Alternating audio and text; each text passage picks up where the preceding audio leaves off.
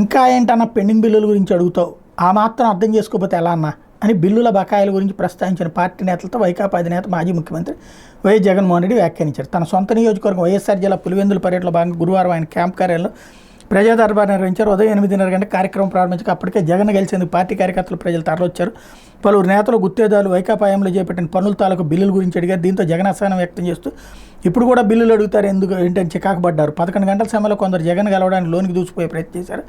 కార్యాలయ ద్వారం వద్ద తోపులాట జరిగింది. ఇంతలో తలుపు పక్కన ఉన్న అద్దం కిందపడి పగిలింది. అద్దం మొక్కలు గుచ్చుకుని ఇద్దరు గాయాలై గాడిపోయిన మస్తానమ్మని జగన్ లోపలికి పిలిచి పరామర్శించారు. తోపులాటను అదుపు చేయడానికి పోలీసులు లాఠీచార్జ్ చేయగా కార్యకర్తలు అసహనం చెందారు. ఇది వార్త ఈనాడు రాసుకొచ్చింది. సాక్షి చదవట్లే ఈనాడుదే.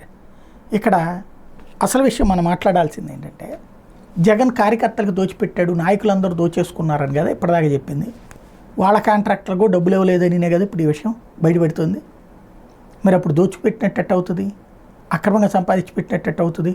ఇదే విషయంలో తెలుగుదేశం కాంట్రాక్టర్లకు ఇవ్వకపోతే డబ్బులు పుంకాను కథనాలు రాశారు కదా, ఇప్పుడు మరి అట్ట ఎందుకు రాయట్లేదు, మళ్ళీ వీళ్ళదే తప్పని ఎందుకు రాస్తున్నారంటే, వార్తలు చచ్చిపోయి మనకి రాష్ట్రంలో కేవలం నువ్వు ఎలా ఆలోచించాలో డిసైడ్ చేయడమే వార్తలనే స్టేజ్కి రావడం వల్ల వస్తున్న సమస్య.